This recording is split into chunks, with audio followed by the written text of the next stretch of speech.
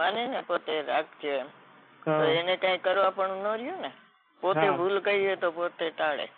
એટલે ઈ પુરુષાર્થ રૂપ પરાક્રમ છે ને એ એના અજ્ઞાનમાં ડૂબી ગયો એમ. બીજાને કહે છે ને એટલે એમ કે છે કે ઈ ચેતન જ એનો કરતા છે, અન્ય કોઈ નહીં. એટલે અજ્ઞાન આપણે પેલા તો આવે છે ને દ્રવ્ય કર્મ કરતા થાય એમ. જ્ઞાની થયા પછી જ. આ તો અજ્ઞાન સિદ્ધ કરવું છે ને. અજ્ઞાન સિદ્ધ કરવું છે ને. ઓલામાં નું આવ્યું 500માં પતામાં કે જ્ઞાન અને જ્ઞેય નું ભેદ જ્ઞાન થી શૂન્ય હોવાથી વિશેષ અપેક્ષા એ કરતા થાય છે અજ્ઞાન, અને વિશેષ અપેક્ષા પછી જ્ઞાતા થાય, અકર્તા થાય. એટલે અજ્ઞાન સિદ્ધ કરવું હોય ને ત્યારે પોતાથી થાય છે ભાવ કર્મ. બરોબર. હવે એ ભાવ કર્મ છે એ તો દોષ છે. બરોબર. એટલે એ દોષ છે તો પોતે દોષ કર્યો તો પોતે ટાળે ને. એટલે પોતાના સ્વભાવ તરફ જોતા એને નિર્મળ પર્યાય પ્રગટ થઈ ને 75 ગાથામાં, તો એ શું કે છે કે મારું દ્રવ્ય નિર્મળ, મારા ગુણ નિર્મળ, અને એના લક્ષ્ય જે પર્યાય પ્રગટ થઈ એ પણ નિર્મળ. તો આ મારું સ્વરૂપ છે. અને તો પછી રાગ તો છે હજી વિતરાગ તો નથી થઈ ગયો. તો રાગ તો કે રાગ પરના લક્ષ્ય થાય છે ને તો પરનો એમ એને ભેદ જ્ઞાન કર્યું. બરોબર. એટલે ઈ જ્ઞાની થયા પછી ની વાત છે. આ અજ્ઞાન સિદ્ધ કર્યું છે. એટલે અજ્ઞાન શું કામ સિદ્ધ કર્યું કે ઈ કરતા કર્મ એક જ દ્રવ્યમાં હોય, બે દ્રવ્ય વચ્ચે ન હોય. બરોબર. અને પછી જ્ઞાન અપેક્ષા એ કયો તો પ્રવચન સારમાં આવે ને 47 નહીમાં કે ભાઈ પરિણમન છે માટે ઈ કરતા છે, પણ કરવા જેવો છે રાગ એમ નથી માનતા જ્ઞાની. એને એનું સ્વામિત્વ નથી હવે. બરોબર. એટલે પછી એટલું એટલે જ્ઞાન થી નક્કી કરે છે. એટલે હજી મારે પૂર્ણ વિતરાગ થવાનું બાકી છે, પૂર્ણ સર્વજ્ઞ નથી થયો, એ બધી એને ખબર પડે એમ. બરોબર. એટલે એને વરાકા કીધા આ લોકોને. વરાકા એટલે બિચારામાં બિચારા થયેલું છે. પોતે વસ્તુ સ્વભાવના નિયમ ને જાણતા નથી ને એ બિચારા છે. બરોબર. દોષ પોતે કરે. ઓલામાં આવ્યો છે ને મોક્ષ માર્ગ પ્રકાશકમાં. દોષ પોતે કરે અને ઢોળે છે કર્મ. તો આવી આ નીતિ જૈન દર્શનમાં ન ચાલે. હવે બીજું કે છે 260 ગાથા.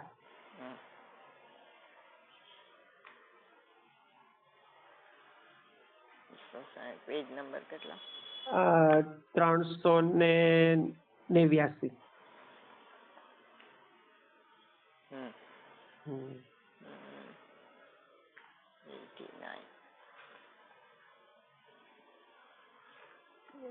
મોથાળામાં છે અર્થાત મિથ્યા અધ્યવસાય જ બંધનું કારણ છે એમ નિયમથી કહે છે.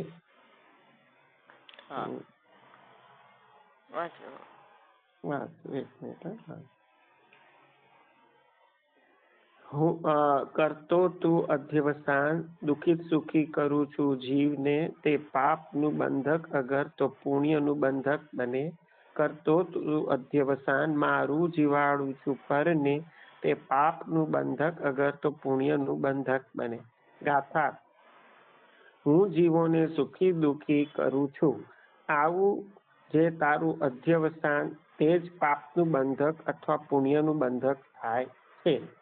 હું જીવોને મારું છું અને જીવાડું છું, આવું જે તારું અધ્યવસાન તે જ પાપનું બંધક અથવા પુણ્યનું બંધક થાય છે. ટીકા. મિથ્યા દ્રષ્ટિને જે આ અજ્ઞાનથી જન્મતો રાગમય અધ્યવસાય છે તે જ બંધનું કારણ છે એમ બરાબર નક્કી કરવું. અને પુણ્ય પાપ પણ એટલે પુણ્ય પાપ રૂપે બંધનું બેપણું હોવાથી બંધના કારણનો ભેદ ન શોધો. અર્થાત એમ ન માનવું કે પુણ્ય બંધનું કારણ બીજું છે અને પાપ બંધનું કારણ કોઈ બીજું છે. કારણ કે એક જ આ અધ્યવસાય દુઃખી કરું છું મારું છે એમ ન, એમ અને સુખી કરું છું જીવાડું છું એમ બે પ્રકારે શુભ અશુભ અહંકાર રસથી ભરેલાપણા વડે પુણ્ય અને પાપ બંનેના બંધનું કારણ હોવામાં અવિરોધ છે. અર્થાત એક જ અધ્યવસાયથી પુણ્ય અને પાપ બંનેનો બંધ થવામાં કોઈ વિરોધ નથી. ભાવાર્થ. આ અજ્ઞાનમય અધ્યવસાય જ બંધનું કારણ છે. એમાં જીવાડું છું, સુખી કરું છું એવા શુભ અહંકારથી ભરેલો તે શુદ્ધ અધ્યવસાય છે, અને મારું છું, દુઃખી કરું છું એવા અશુભ અહંકારથી ભરેલો તે અશુભ અધ્યવસાય છે. અહંકાર રૂપ મિથ્યાભાવ તે બંનેમાં છે. તેથી અજ્ઞાનમય પણ એ બંને અધ્યવસાય એક જ છે. માટે એમ ન માનવું કે પુણ્યનું કારણ બીજું છે ને પાપનું કારણ બીજું છે. અજ્ઞાનમય અધ્યવસાય જ બંનેનું કારણ છે. એટલે આ ઓલો પુણ્ય પાપ અધિકારમાં આવ્યું હતું ને, 4 કારણો એના આપ્યા હતા ને. જાતિ એક છે, કારણ એક છે, એનું બંધ છે, બેયનું ફળ. એ રીતનું કે આમાં પુણ્ય ને પાપ 77 ગાથા પ્રવચનસારની છે ને, એમાં કે છે ને પુણ્ય ને પાપમાં ભેદ પાડે. ઘોર સંસારમાં રખડે છે. એટલે એમ કે આ અધ્યવસાય છે ને એ જેમ કે બંધનું કારણ છે. એ પછી શુભ હોય કે અશુભ હોય, બે બંધનું જ કારણ છે. અધ્યવસાન માટે નીચે લખ્યું છે કે જે પરિણામ મિથ્યા અભિપ્રાય સહિત હોય, સ્વપરના એકત્વના અભિપ્રાય સહિત હોય અથવા વૈભાવિક હોય, તે પરિણમન માટે અધ્યવસાન શબ્દ વપરાય છે. મિથ્યા નિશ્ચય કરવો, મિથ્યા અભિપ્રાય કરવો, એવા અર્થમાં પણ એ શબ્દ વપરાય છે. બરોબર. મિથ્યા નિશ્ચય કરવો એટલે મિથ્યા જ્ઞાન, ને મિથ્યા અભિપ્રાય કરવો એટલે મિથ્યા શ્રદ્ધા. બરોબર. એટલે અધ્યવસાન છે એટલે મિથ્યા દર્શન, મિથ્યા જ્ઞાન, મિથ્યા ચારિત્ર, ઈ જ બંધનું કારણ છે. એમ નિયમ થયો. બરોબર. પુણ્ય પાપ છે તો એમાં પાપ છે તો એનું કારણ બીજું ને પુણ્યનું કારણ બીજું, એવું નથી. એટલે નિયમથી જ આત્માને જાણ્યા વગર સ્વપરમાં એકત્વ કરી નાખે છે ને. એટલે એ શું કે છે કે જો આત્માને જાણે ને તો સ્વપરનું ભેદ જ્ઞાન થાય, અને પછી આત્મશ્રદ્ધાન થાય. પણ એને સ્વપરનું એકત્વ છે એટલે એને બંધ થાય છે. બરોબર. એવા અધ્યવસાનથી એને બંધ થાય છે. નિયમથી થાય. આત્માને ન જાણે તો બંધ થાય, ને આત્માને જાણે તો બંધ ન થાય. બરોબર. એટલે અધ્યવસાન ને બંધના કારણ તરીકે બરાબર નક્કી કરે, ઠરાવે છે. એટલે કોઈને હું સુખી કરું તો મને પાપ બંધ થાય, અને કોઈને સુખી કરું તો પુણ્ય બંધ થાય. પણ છે તો બંધ જ, એમ સોનાની સાંકળ ને લોઢાની સાંકળ, એવું આવ્યું. એટલે બે બંધનું જ કારણ છે. એનું મૂળ કારણ શું? અધ્યવસાન, સ્વપરનું એકત્વ ના અભિપ્રાય સહિત, એટલે મિથ્યા શ્રદ્ધા. બરોબર. અધ્યવસાન નો અર્થ એ નિયમથી બંધનું કારણ છે. એટલે મિથ્યા શ્રદ્ધા નિયમથી બંધનું કારણ છે. પણ અહીંયા બંધ અધિકારમાં એના માટે અધ્યવસાય શબ્દ છે. બરાબર. ઘણી કેટલા 200-300 વાર એ શબ્દનો ઉપયોગ થાય છે આમાં બંધ અધિકારમાં. એટલે બંધ અધિકારમાં બંધ નથી બતાવો, આત્મા અબંધ સ્વરૂપ છે ને, ઈ બતાવો છે. એટલે નિર્મળ પરિણામ છે ને એને અધ્યવસાન કહેવાય, મલિન ને અધ્યવસાન કહેવાય. નિર્મળ ને અધ્યવસાન કહેવાય? હા, એને અધ્યવસાન કહેવાય. પોતાના આત્મા પરિણામ છે ને, આત્માના લક્ષ્યથી, એટલે સવડો અભિપ્રાય થયો. આ મિથ્યા અભિપ્રાય હતો, ઓલો સવડો અભિપ્રાય થયો. અભિપ્રાય નું નામ અધ્યવસાન છે ને. અચ્છા, અભિપ્રાય નું નામ અધ્યવસાન. એટલે ખોટી શ્રદ્ધા. હા, ખોટી શ્રદ્ધા અને સાચી શ્રદ્ધા બે માટે અધ્યવસાન શબ્દ વપરાય છે. બરાબર. અભિપ્રાય કોમન છે એમાં. અચ્છા, અભિપ્રાય. ઓલામાં ખોટી, આમાં સાચી, એમ. 265. 265મી ગાથા.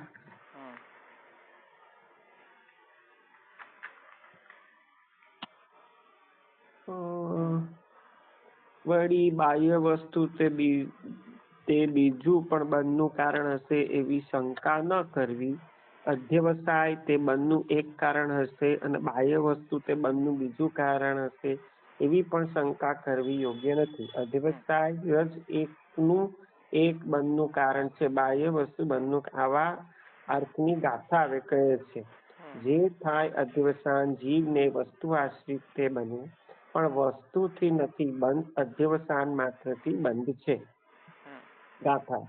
વળી જીવોને જે અધ્યવસાન થાય છે તે વસ્તુને અવલંબીને થાય છે, તો પણ વસ્તુથી બંધ નથી, અધ્યવસાનથી જ બંધ છે. અધ્યવસાન જ બંધનું કારણ છે, બાહ્ય વસ્તુ બંધનું કારણ નથી. કેમ કે બંધનું કારણ જે અધ્યવસાન તેના કારણપણાથી બાહ્ય વસ્તુને ચરિતાર્થપણું છે, અર્થાત બંધનું કારણ જે અધ્યવસાન તેનું કારણ થવામાં જ બાહ્ય વસ્તુનું કાર્યક્ષેત્ર પૂરું થાય છે, તે કાંઈ બંધનું કારણ થતી નથી. અહીં પ્રશ્ન થાય છે કે જો બાહ્ય વસ્તુ બંધનું કારણ થતી નથી તો બાહ્ય વસ્તુનો પ્રસંગ ન કરો, ત્યાગ કરો. એમ બાહ્ય વસ્તુનો પ્રતિષેધ એટલે નિષેધ શા માટે કરવામાં આવે છે? તેનું સમાધાન. અધ્યવસાનના પ્રતિષેધ અર્થે બાહ્ય વસ્તુનો પ્રતિષેધ કરવામાં આવે છે. અધ્યવસાનને બાહ્ય વસ્તુ આશ્રયભૂત છે. બાહ્ય વસ્તુનો આશ્રય કર્યા વિના અધ્યવસાન પોતાના સ્વરૂપને પામતું નથી, અર્થાત ઉપજતું નથી. જો બાહ્ય વસ્તુનો આશ્રય કર્યા વિના પણ અધ્યવસાન ઉપજતું હોય તો જેમ આશ્રયભૂત એવા વીર જનનીના પુત્રના સદભાવમાં કોઈને એવું અધ્યવસાન ઉપજે છે કે હું વીર જનનીના પુત્રને હણું છું, તેમ આશ્રયભૂત એવા વંધ્ય પુત્રના અસદભાવમાં પણ કોઈને એવો અધ્યવસાય ઉપજે એટલે ઉપજાવવો જોઈએ કે હું વંધ્યા પુત્રને એટલે વાંજણીના પુત્રને હણું છું, પરંતુ એવો અધ્યવસાય તો કોઈને ઉપજતો નથી. જ્યાં વંધ્યાનો પુત્ર જ નથી ત્યાં મારવાનો અધ્યવસાય ક્યાંથી ઉપજે? માટે એવો નિયમ છે કે નિયમ બાહ્ય વસ્તુ સ્વરૂપ આશ્રય વિના અધ્યવસાન હોતું નથી, અને તેથી જ અધ્યવસાનને આશ્રયભૂત એવી જ બાહ્ય વસ્તુ તેનો અત્યંત પ્રતિષેધ છે. કેમ કે કારણના પ્રતિષેધથી જ કાર્યનો પ્રતિષેધ થાય છે. બાહ્ય વસ્તુના અધ્યવસાનનું કારણ છે, તેથી તેના પ્રતિષેધથી અધ્યવસાનનો પ્રતિષેધ થાય છે. પરંતુ જો કે બાહ્ય વસ્તુ બંધના કારણનું અર્થાત અધ્યવસાનનું કારણ છે, તો પણ તે બાહ્ય વસ્તુ બંધનું કારણ નથી. કેમ કે ઈર્યા સમિતિમાં પરિણમેલા મુનીન્દ્રના પગ વડે હણાઈ જતા એવા કોઈ ઝડપથી આવી પડતા કાળ પ્રેરિત ઉડતા જીવડાની માફક બાહ્ય વસ્તુ કે જે બંધના કારણનું કારણ છે, તે બંધનું કારણ નહીં થતી હોવાથી બાહ્ય વસ્તુને બંધનું કારણ પણ માનવામાં અનૈકાંતિક હેત્વાભાસપણું છે, વ્યભિચાર આવે છે. આમ નિશ્ચયથી બાહ્ય વસ્તુનું બંધનું કારણ પણ નિર્બાધ રીતે સિદ્ધ થતું નથી. માટે બાહ્ય વસ્તુ કે જે જીવને અતદ્ભાવરૂપ છે તે બંધનું કારણ નથી. અધ્યવસાય તે જ જીવને તદ્ભાવરૂપ છે અને તે બંધનું કારણ છે. ભાવાર્થ બંધનું કારણ નિશ્ચયથી અધ્યવસાન જ છે, અને જે બાહ્ય વસ્તુઓ છે તે અધ્યવસાનનું આલંબન છે. તેમને અલંબીને અધ્યવસાન ઉપજે છે, તેથી તેમને અધ્યવસાનનું કારણ કહેવામાં આવે છે. બાહ્ય વસ્તુ વિના નિરાશ્રયપણે અધ્યવસાન ઉપજતા નથી, તેથી બાહ્ય વસ્તુઓનો ત્યાગ કરવામાં આવે છે. જો બંધનું કારણ બાહ્ય વસ્તુ કહેવામાં આવે તો તેમાં વ્યભિચાર આવે છે. કારણ હોવા છતાં કોઈ સ્થળે કાર્ય દેખાય અને કોઈ સ્થળે કાર્ય ન દેખાય તેને વ્યભિચાર કહે છે, અને એવા કારણને વ્યભિચારી અનૈકાંતિક કારણાભાસ કહે છે. કોઈ મુનિ ઈર્યા સમિતિ પૂર્વક યત્નથી ગમન કરતા હોય, એમાં પગ તળે કોઈ ઉડતું જીવડું વેગથી આવી પડીને મરી ગયું તો તેની હિંસા મુનિને લાગતી નથી. અહીં બાહ્ય દ્રષ્ટિથી જોવામાં આવે તો હિંસા થઈ, પરંતુ મુનિના હિંસાનો અધ્યવસાય નહીં હોવાથી તેમને બંધ થતો નથી. જેમ તે પગ નીચે મરી જતું જીવડું મુનિને બંધનું કારણ નથી, તેમ અન્ય બાહ્ય વસ્તુઓ વિશે પણ સમજવું. આ રીતે બાહ્ય વસ્તુને બંધનું કારણ માનવામાં વ્યભિચાર આવતો હોવાથી બાહ્ય વસ્તુ બંધનું કારણ નથી એમ સિદ્ધ થયું. વળી બાહ્ય વસ્તુ વિના નિરાશ્રય અધ્યવસાન થતા નથી, તેથી બાહ્ય વસ્તુનો નિષેધ પણ છે જ. બરોબર. નિયમ આમાં શું થયો કે નિયમથી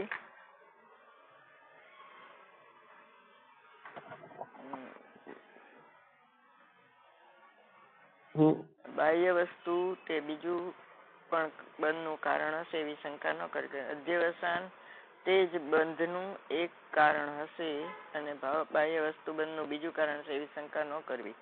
અધ્યવસાન ન જ એકનું એક બંધનું કારણ છે. આ નિયમ થયો. અધ્યવસાન જ બંધનું કારણ છે. એકનું એક એમ અધ્યવસાન જ એકનું એક બંધનું કારણ છે, બીજું નહીં એમ. બરોબર. બાહ્ય વસ્તુ બંધનું કારણ નથી. હવે એમ કે છે કે જો બાહ્ય વસ્તુ નથી તો એમ કે શાસ્ત્રમાં એમ કે છે ને કે બાહ્ય વસ્તુનો સંગ છોડો, તો એ શું કામ કીધું? તો અધ્યવસાન છે ને એ બાહ્ય વસ્તુ વગર નો થાય. એમને એને આશ્રય હોય છે બાહ્ય વસ્તુનો, એટલે બાહ્ય વસ્તુ છૂટે ને તો એનો અધ્યવસાન છૂટી જાય એમ. એટલા માટે એને છોડવાનું કીધું. એના માટે 2 દાખલા આપ્યા કે વીરજનનીના પુત્રને હું અણું છું એમ કે કોઈ તો એ બરોબર છે, કારણ કે એને વીરજનનીનો પુત્ર છે ને એ આશ્રયભૂત છે. પણ વંધ્યા પુત્ર એટલે જેને છોકરું જ નથી એના છોકરાને હું અણું છું તો એ ખોટું છે એમ. એટલે એમાં અધ્યવસાન જ ન થાય. વંધ્યા પુત્ર ને હું અણું છું તો એમાં ક્યાં અધ્યવસાન થયો? બરોબર છે જ નહીં, તો અધ્યવસાન ક્યાંથી થાય? અને બીજો દાખલો ક્યાં આપ્યો કે મુનિરાજનો. મુનિરાજને ચાલ્યા જતા હોય છે તો એને હિંસા કરવાનો ભાવ નથી હોતો, બરોબર, એને હિંસાનો અધ્યવસાન નથી, એટલે એના પગે વિહાર કરતા કોઈ જીવડું વચ્ચે આવી જાય તો એને પાપ નથી લાગતો. પણ જેને હિંસાનો અધ્યવસાય છે, હિંસાનો અધ્યવસાય એટલે શું કે રાગની ઉત્પત્તિ થવી તે હિંસા ને રાગની અનુત્પત્તિ થવી તે અહિંસા. એટલે એટલે એ મુનિરાજ તો વૈરાગ્યવંત છે, એટલે એને હિંસાનો ન થાય. પણ બીજા જીવો છે એને વૈરાગ્ય નથી પ્રગટ થયો તો ઈ મારે નહીં તો એને હિંસા છે, બરોબર, એને હિંસાનો દોષ લાગે છે. આને નો લાગે, અને આનાથી મરી ગયો તો ન લાગે. તો જો મરવાથી કોઈ જીવને મારવાથી જ હિંસા થતી હોય તો મુનિરાજ નહીં લાગવું જોઈએ એમ. એટલે ક્યારેક મારવાથી થાય છે ને ક્યારેક નથી થતો, એટલે એને શું કહેવાય કે એને એમ કીધું ને કારણ હોવા છતાં કોઈ સ્થળે કાર્ય દેખાય છે ને કોઈ સ્થળે કાર્ય ન દેખાય તો એને વ્યભિચાર કહે. એટલે અનેકપણું કહેવાય. 2 લાગુ પડે એમાં.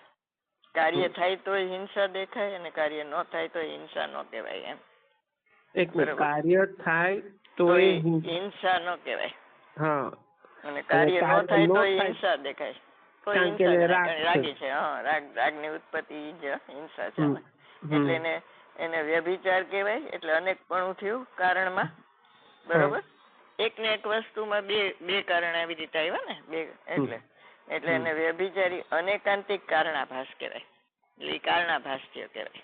તમે બાહ્ય વસ્તુને તમે કારણ ગણો ને તો એ અનેકાંતિક કારણાભાસ કહેવાય. એટલે કારણ નથી પણ કારણનો ભાસ થયો તમને એમ, બરોબર. એટલે અનેકાંતિક એટલે 2 પ્રકારે એમ. ઓલું અનેકાંત વાળું અનેકાંતિક નથી, આ બે દેખાય ને એવી રીતે એમ. એટલે અનેકાંતિક કયો, વ્યભિચાર કયો. એટલે કાર્ય જુદું ને કારણ જુદું 2 દેખાય એ રીતે. જો કારણ હોવા છતાં કોઈ સ્થળે કાર્ય દેખાય, બરોબર, અને કોઈ સ્થળે કાર્ય ન. એટલે કારણ શું છે કે જીવડું મરી ગયું તો એમાં હિંસાનું કાર્ય દેખાણું કોને? રાગીને. અને મુનિરાજને કાર્ય ન દેખાણું કારણ કે એને હિંસાનો અધ્યવસાય નથી, બરોબર. એટલે એને 2 પણું આવ્યું ને એમાં, એટલે વ્યભિચાર થયો. એટલે કારણ ને વ્યભિચારી કયો, અનેકાંતિક કયો, 2 એક જ. અને એને કારણ ગણ્યું એટલે ઈ શું કહેવાય કારણાભાસ કયો કે એને હેત્વાભાસ પણ કયો, 2 એક જ છે. અનેકાંતિક હેત્વાભાસ અને અનેકાંતિક કારણાભાસ કયો. હેતુ એટલે કારણ, બરોબર. એટલે આ નિયમ છે.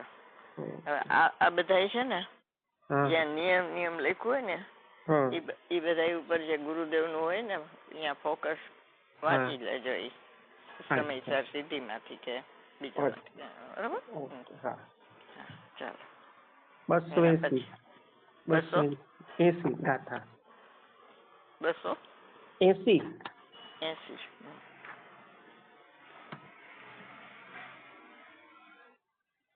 Page number 414.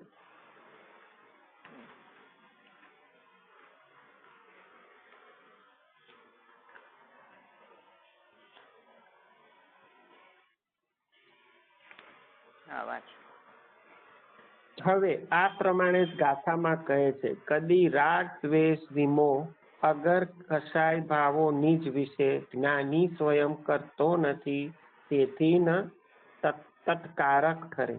જ્ઞાની રાગ દ્વેષ મોહને કે કસાય ભાવને પોતાની મેળે પોતામાં કરતો નથી, તેથી તે ભાવોનો કારક અર્થાત કરતા નથી. ટીકા.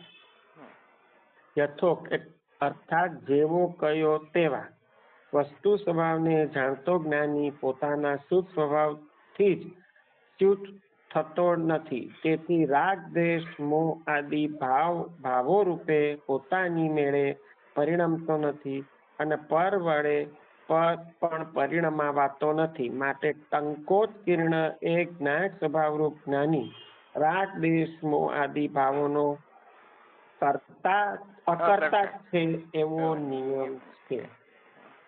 ભાવાર્થ.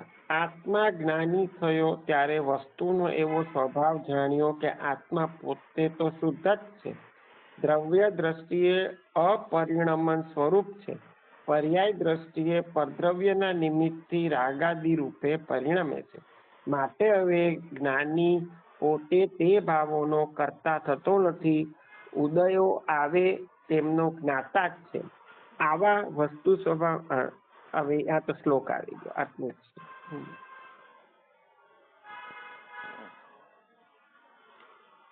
એનો શ્લોકાર્થ આગળ છે ને એનો વાંચે વાંચી લો.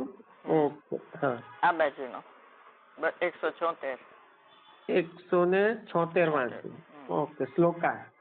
એવા પોતાના વસ્તુ સ્વભાવને જ્ઞાની જાણે છે, તેથી તે રાગાદિકને પોતાના કરતો નથી, તેથી તે રાગાદિકનો કરતા નથી.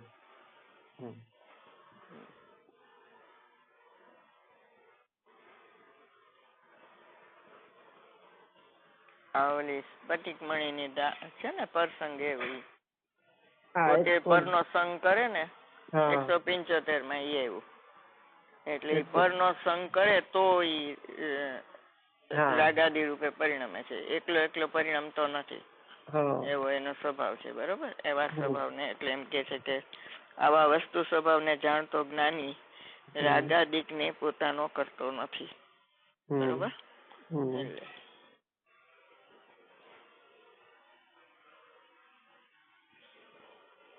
પોતે પોતાને રાગાદિક નિમિત્ત પણ થતો નથી, તેમાં નિમિત્ત પ્રસંગ પર દ્રવ્યનો સંગત છે. આવો વસ્તુ સ્વભાવ પ્રકાશમાન છે, સદાય વસ્તુનો આવો જ સ્વભાવ છે, કોઈએ કરેલો નથી.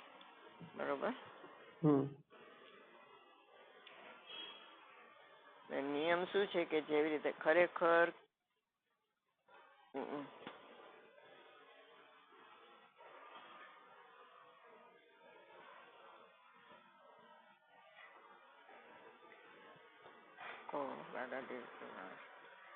જો નીચે લીટી છે કે તેવી રીતે ખરેખર કેવળ એકલો આત્મા પોતે પરિણમન સ્વભાવ વાળો હોવા છતાં પોતાને શુદ્ધ સ્વભાવપણાને લીધે રાગાદીનું નિમિત્તપણું નહીં હોવાથી, અર્થાત પોતે પોતાને રાગાદી રૂપ નિમિત્તપણું પરિણમનનું નિમિત્ત નહીં હોવાથી પોતાની મેળે રાગાદી રૂપે પરિણમતો નથી, પરંતુ જે પોતાની મેળે રાગાદી ભાવને પામતું હોવાથી આત્માને રાગાદીનું નિમિત્ત થાય છે, એવા પરદ્રવ્ય વડે જ શુદ્ધ સ્વભાવથી ચ્યુત થયો થકો રાગાદી રૂપે પરિણમાય છે.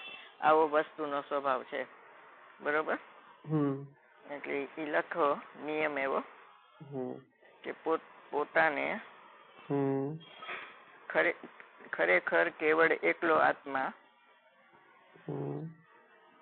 કેવળ એટલે એકલો, ખરેખર કેવળ એકલો આત્મા પોતે પરિણમન સ્વભાવ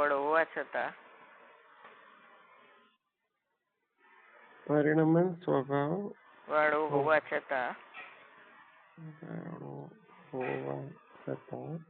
પોતાને શુદ્ધ સ્વભાવપણાને લીધે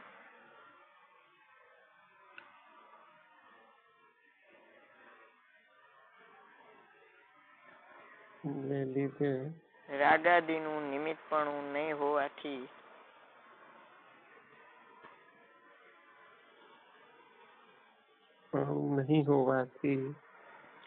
એટલે અર્થાત પોતે પોતાને રાગાદી રૂપ પરિણમનનું નિમિત્ત નહીં હોવાથી પોતાને પોતાને રાગાદી રૂપ પરિણમનનું નિમિત્ત નહીં હોવાથી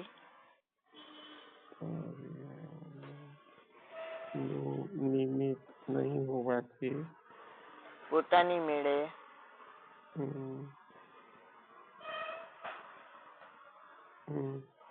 રાગાદી રૂપે પરિણમતો નથી. બરોબર. એટલે વસ્તુ સ્વભાવ કેવો છે કે એક અપરિણામી છે ને એક પરિણામ છે. બરોબર. એટલે જો નીચે લખ્યું છે કે આત્મા, હવે 80 નો ભાવાર્થ છે ને એમાં વાંચો. આત્મા જ્ઞાની થયો ત્યારે વસ્તુનો સ્વભાવ જાણ્યો કે આત્મા પોતે શુદ્ધ જ છે. ભાવાર્થ છે ને. હા, દ્રવ્ય દ્રષ્ટિએ અપરિણમન સ્વરૂપ છે અને પર્યાય દ્રષ્ટિએ પરિણમન ના નિમિત્તે રાગાદી રૂપે પરિણમે છે. નિમિત્ત થી રાગાદી રૂપે પરિણમે છે. નિમિત્ત થી એટલે એનાથી નહીં, પોતાથી. નિમિત્ત થી એટલે દ્રવ્ય કર્મ થી, પરદ્રવ્ય ના નિમિત્ત થી રાગાદી રૂપે પરિણમે. પોતાના નિમિત્તે નથી પરિણમતો. બરોબર. પરદ્રવ્ય એટલે દ્રવ્ય કર્મ. પરદ્રવ્ય ના નિમિત્ત થી રાગાદી રૂપે પરિણમે. નિમિત્ત એટલે શું? નિમિત્ત અકિંચિત કરવો. બરોબર ને. એટલે પોતે તો અપરિણમન સ્વભાવ, પરિણમન સ્વરૂપ છે દ્રવ્ય દ્રષ્ટિએ, અને પર્યાય દ્રષ્ટિએ પરદ્રવ્ય ના નિમિત્ત થી રાગાદી રૂપે પરિણમે છે. બરોબર. હવે જ્ઞાની છે ને, તો જ્ઞાની પોતે પોતાના ભાવનો કરતા થતો નથી. તે ભાવોનો કરતા થતો નથી. ઉદય આવે છતાં તેમનો જ્ઞાતા જ છે. બરોબર. જ્ઞાની એનો કરતા નથી થતો, ઉદય આવે જ્ઞાતા છે. બરોબર. એટલે શું થયો?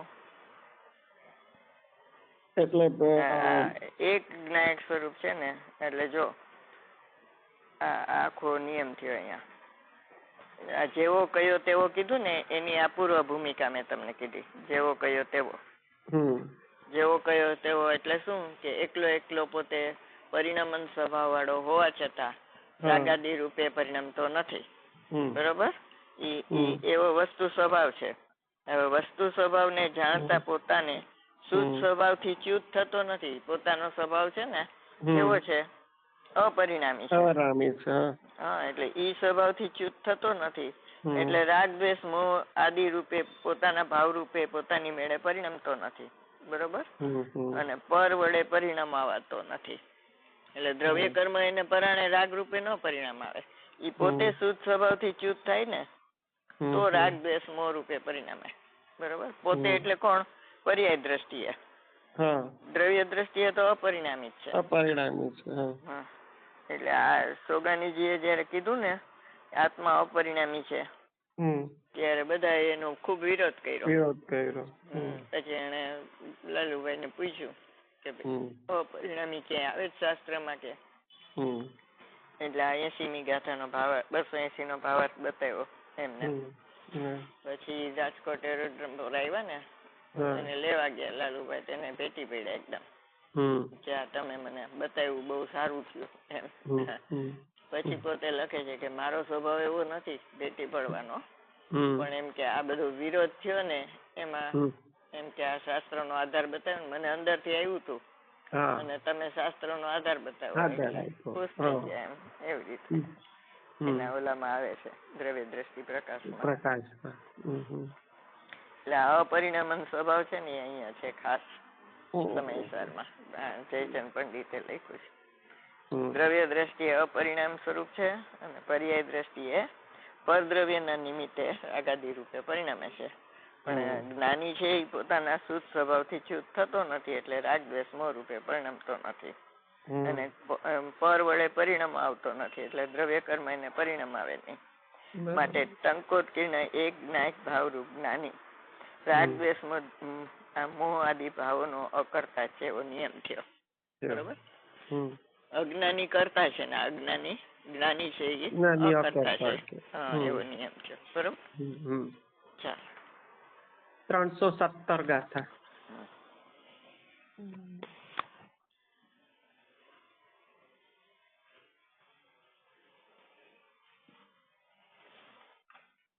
પેજ 464.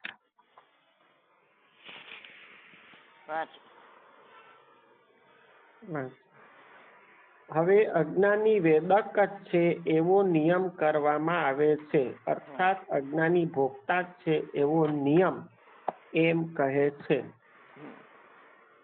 તું રીતે ભણીને શાસ્ત્ર પણ પ્રકૃતિ અભવ્ય નહીં તજે, સાકર સહિત ક્ષીરપાનથી પણ સર્પ નહીં નિર્વિષ બને.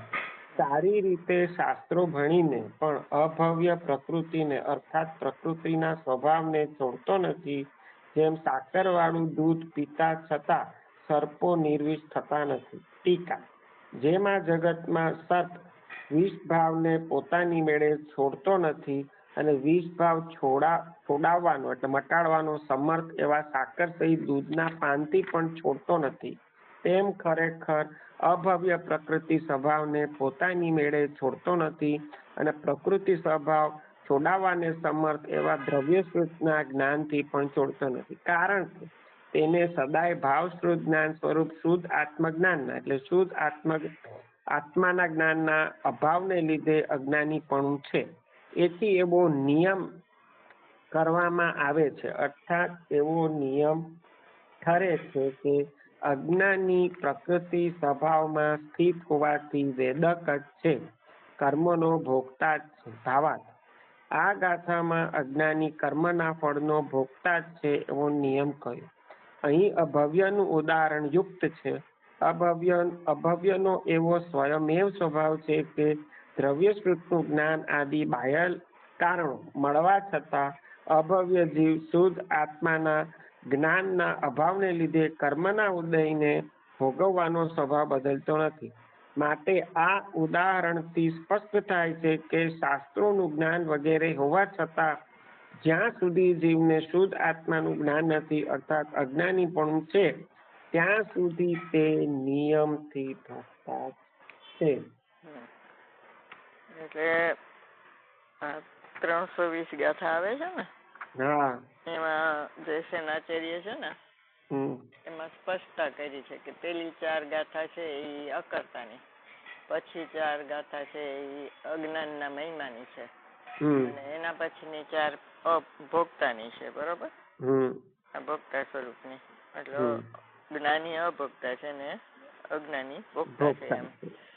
અને પછી 2 ગાથા ઉપસંહાર ને પછી 320 ગાથા એવી રીતે. બરોબર? સમુદાય પાતનિકામાં એવી રીતે કીધું.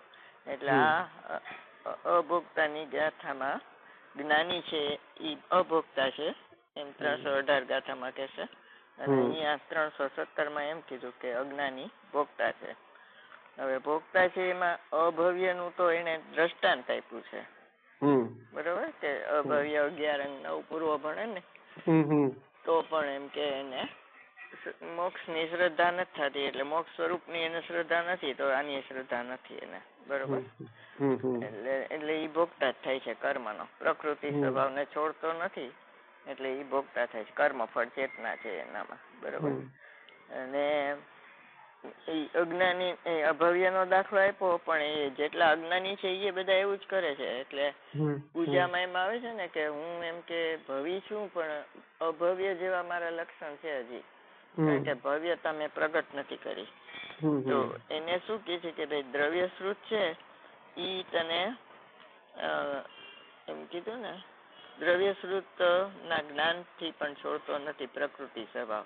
એટલે આ દ્રવ્ય શ્રુત છે ને એ નિમિત્ત થાય છે પ્રકૃતિ સ્વભાવને છોડાવવા માટે, કારણ કે ઈ વાચક છે અને આપણું ભગવાન આત્મા ઈ વાચ્ય છે. એટલે આથી ભગવાન આત્માની વાત એમાં દ્રવ્ય શ્રુતમાં આવે ને તો એને છોડી દેવી જોઈએ ને. એને 11 અંગ 9 પૂર્વમાં તો બધી વાત આવી ગઈ, પણ એને પોતાના પ્રકૃતિ સ્વભાવને છોડ્યો નહીં. એટલે દ્રવ્ય શ્રુત પણ એને નિમિત્ત થયું નહીં. બરોબર? જેમ સાકર વાળું દૂધ છે ઈ ઝેરને સમાવવા માટે નિમિત્ત છે. સર્પને પાવો તો એ સર્પ એનો વિષ ભાવ છોડતો નથી.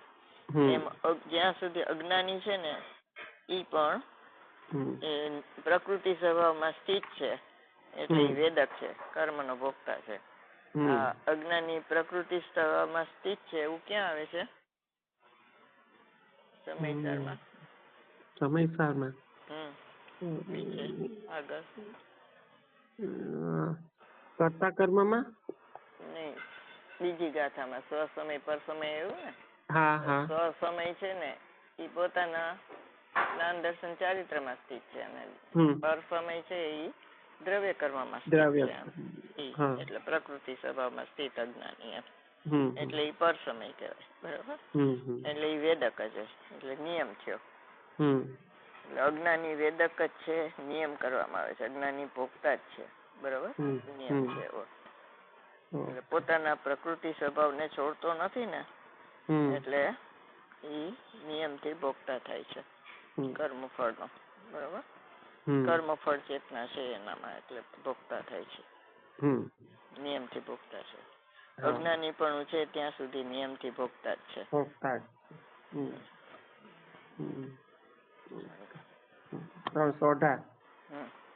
હવે જ્ઞાની તો કર્મફળનો અવેદક જ છે એવો નિયમ કરવામાં આવે છે. એટલે એ અભોગતા છે. ઓલો નિયમ કર્યો ભોગતા છે ને આ નિયમ કર્યો અભોગતા છે. નિર્વેદને પામેલ જ્ઞાની કર્મ ફળને જાણતો કડવા મધુર બહુવિધ ને તેથી અવેદક છે. નિર્વેદ પ્રાપ્ત એટલે વૈરાગ્યને પામેલો જ્ઞાની મીઠા કડવા બહુવિધ કર્મફળને જાણે છે તેથી તે અવેદક છે. જ્ઞાની તો જેમાંથી ભેદ દૂર થાય છે એવું ભાવશ્રુત જ્ઞાન જેનું સ્વરૂપ છે એવા શુદ્ધ આત્મજ્ઞાનના શુદ્ધ આત્માના જ્ઞાનના સદભાવને લીધે પરથી અત્યંત વિરક્ત હોવાથી પ્રકૃતિ સ્વભાવને એટલે કર્મના ઉદયના સ્વભાવને સ્વયમેવ છોડે છે. તેથી ઉદયમાં આવેલા અમધુર કે મધુર કર્મફળને જ્ઞાતાપણાને લીધે કેવળ જાણે જ છે, પરંતુ જ્ઞાન હોતા એટલે જ્ઞાન હોય ત્યારે પરદ્રવ્યને હું પણ અનુભવવાની અયોગ્યતા હોવાથી તે કર્મફળને ભેદતો નથી. માટે જ્ઞાની પ્રકૃતિ સ્વભાવથી વિરક્ત હોવાથી અવેદક જ છે. જે જેનાથી વિરક્ત હોય તે તેને સ્વવશે તો ભોગવે નહીં અને પરવશે ભોગવે તો તેને પરમાર્થે ભોગતા કહેવાય નહીં. આ ન્યાયે જ્ઞાની કે જે પ્રકૃતિ સ્વભાવને એટલે કર્મના ઉદયને પોતાનું નહીં જાણતો હોવાથી તેનાથી વિરક્ત છે તે સ્વયમેવ તો પ્રકૃતિ સ્વભાવને ભોગવતો નથી અને ઉદયની બળજોરીથી પરવશ થયો તો પોતાની નિર્બળતાથી ભોગવે તો તેને પરમાર્થે ભોગતા કહેવાય નહીં, વ્યવહારથી ભોગતા કહેવાય. પરંતુ વ્યવહારનો તો અહીં શુદ્ધનયના કથનમાં અધિકાર નથી. માંથી જ્ઞાની અભોગતા છે. એટલે 96,000 રાણી હોય તો પણ એ ભોગતા નથી. બરોબર. એને જ્ઞાન ને વૈરાગ્ય છે ને એટલે પ્રકૃતિ સ્વભાવને પોતાનો નથી જાણતા. બધું પ્રકૃતિનો સ્વભાવ છે એમ. આ બધા કર્મનો ઉદય છે, ઉદયિક ભાવ છે એટલે એને પોતાનો માનતો નથી એટલે એ ભોગતા નથી. અને પછી ચારિત્રના દોષમાં હોય છે ને તો એ ગુરુદેવ એમ કે તો જરીક જ દોષ છે. એટલે બધાને નવાઈ લાગે કે અમે એકેય બાઈ નથી રાખતા તો મિથ્યાત્વ છે તો અમારો અનંત દોષ અને 96,000 રાણી એને દોષ નહીં છે એમ કે અને જરીક દોષ કહે છે એમ. એટલે મિથ્યાત્વ જ્યું એટલે 99 રૂપિયા ચૂકવાઈ ગયા. બરોબર. એક જ રૂપિયો બાકી છે તો જરીક જ કહેવાય ને. જરીક છે તો નબળાઈ ને કારણે બરજોરીથી આવે છે. ઉદયની બરજોરીથી પરવશ થયો તો નિર્બળતાથી પોતે ભોગવે છે. પરમાર્થે ભોગતા કહેવાય નહીં. એટલે એને જે જેનાથી વિરક્ત હોય તેને તે સ્વવશે ભોગવે નહીં. એટલે બુદ્ધિપૂર્વક નથી ભોગવતો, અબુદ્ધિપૂર્વક છે. બરાબર. હવે નિયમ થયો જ્ઞાનીનો. જ્ઞાની ભોગતા નથી એટલે મેં લખ્યું કર્મના ઉદયને પોતાના જાણતા નથી. ચારિત્રનો દોષ થોડો જ છે. જ્ઞાની કર્મફળનો અવેદક છે. શું કામ કે વૈરાગ્યને પ્રાપ્ત થયો છે એટલે એનો જાણે છે, એનો જ્ઞાતા છે પણ ભોગવતો નથી. ઓલામાં 320 કથામાં આવ્યું ને કરે છે પણ કરતો વેચતો નથી એમ. પણ જાણે છે બસ એમ જાણે છે કરતો ભેગતો નથી. નિયમથી. હમ નિયમથી અજ્ઞાની ભોગતા છે, કારણ કે પ્રકૃતિ સ્વભાવમાં સ્થિત છે, અને આને વૈરાગ્ય છે જે વિરક્ત છે કીધું ને. અને ભાવશ્રુત જ્ઞાન જેનું સ્વરૂપ છે એવા શુદ્ધ આત્મજ્ઞાન, શુદ્ધ આત્માના જ્ઞાનના સદભાવને લીધે પરથી અત્યંત વિરક્ત છે. પોતામાં હું પણ કર્યું ને એટલે પરથી છૂટો પડી ગયો. બરાબર. હવે પેલું 240 કળશ, પેજ 583.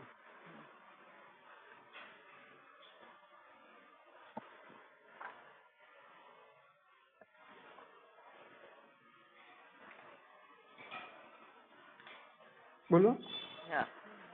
હવે આ અર્થનું કળશરૂપ કાવ્ય કહે છે. શ્લોકાર્થ. દર્શન જ્ઞાન ચારિત્ર સ્વરૂપ જે આ એક નિયત મોક્ષ માર્ગ છે, તેમાં જે પુરુષ સ્થિતિ પામે છે, અર્થાત સ્થિત રહે છે, તેને જ નિરંતર ધ્યાવે છે, તેને જ ચેતે અનુભવે છે, અને અન્ય દ્રવ્યોને નહીં સ્પર્શતો થકો તેમાં જ નિરંતર વિહાર કરે છે, તે પુરુષ જેનો ઉદય નિત્ય રહે છે એવા સમયના સારને અર્થાત પરમાત્મા રૂપને થોડા કાળમાં જ અવશ્ય પામે છે, અનુભવે છે. ભાવાર્થ. નિશ્ચય મોક્ષમાર્ગના સેવનથી થોડા જ કાળમાં મોક્ષની પ્રાપ્તિ થાય એ નિયમ છે.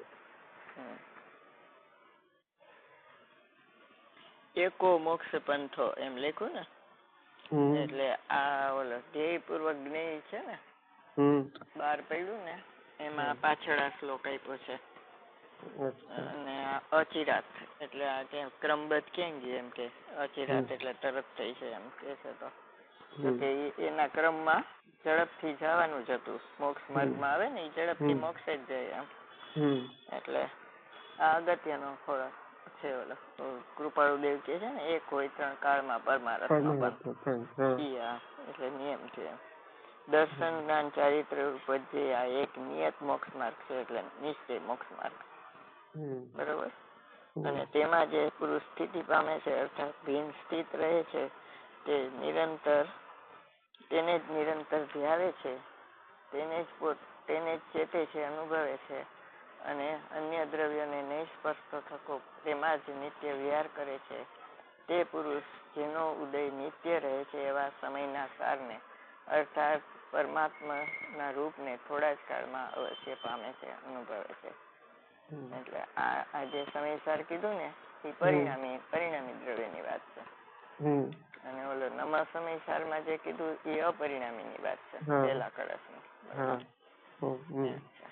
એટલે આ દર્શન જ્ઞાન ચારિત્રની જ આમાં વ્યાખ્યા આપી છે કે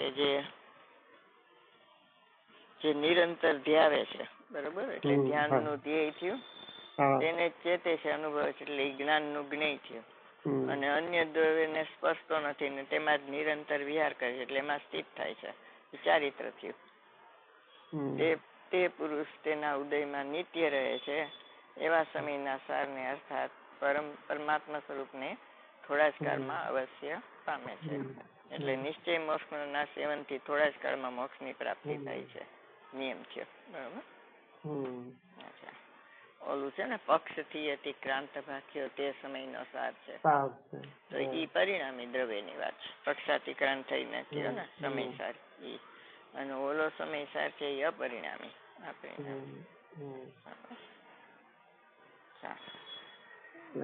આમાં નિયમ શું? આ નિયમ છે ને, નિશ્ચય મોક્ષના સેવનથી એક કોઈ 3 કાળમાં પરમારથ નો પંથ એ નિયમ. પ્રવચન સારમાં આવે છે, એ કોઈ 3 કાળમાં પરમારથ એક જ માર્ગ છે.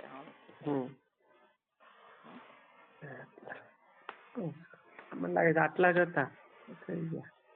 થઈ ગયા. હા, બોલી જાઓ પછી તમે જોઈ લો. જો દાખલા 13 બોલું છું, તમે જોજો.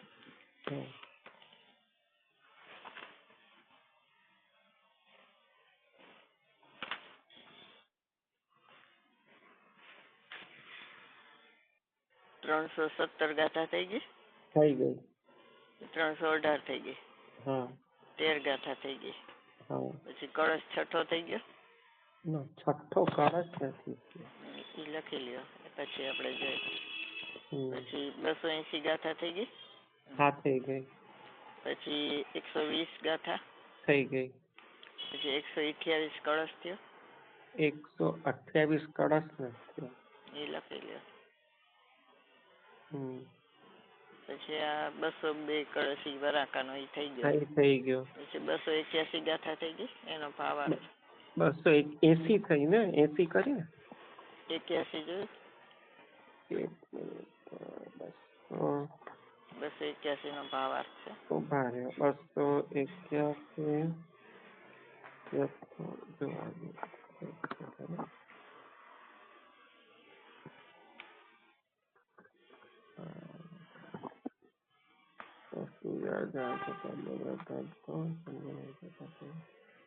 ના, ઈ આ વાત નથી થયો. એમાં છે ને નિયમ. છે નિયમ. એટલે ઈ પછી 265 ગાથા થઈ ગઈ. હા થઈ ગઈ. 101 ગાથા થઈ. 191 ગાથા થઈ. 191 થઈ ગઈ. પછી 19 કળશ થયો. થયો.